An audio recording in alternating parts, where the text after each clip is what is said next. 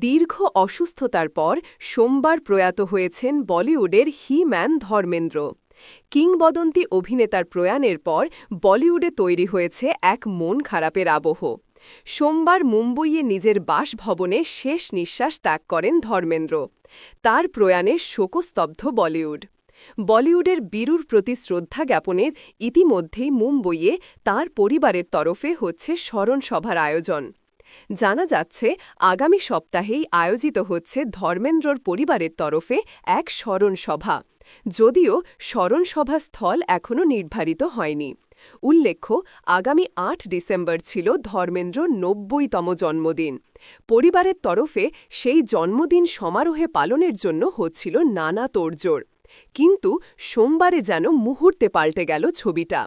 ধর্মেন্দ্রর মৃত্যুর পর তার শেষকৃত্যে এবং তার বাড়িতে দেখা করতে পরিবারের দুঃসময়ে পাশে দাঁড়াতে পৌঁছন বলিউডের বহু বিশিষ্টজন। সোমবার ২৪ নভেম্বর প্রয়াত হন কিংবদন্তি অভিনেতা ধর্মেন্দ্র।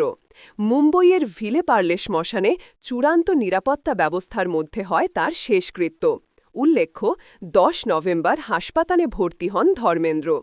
তার অসুস্থতার খবরে বিচলিত হয়েছিল বলিউড থেকে আমজনতা। ছড়িয়ে পড়ে তার মৃত্যুর ভুয়ো খবরও, যা শুনে রীতিমতো মন খারাপ হয়েছিল সকলের।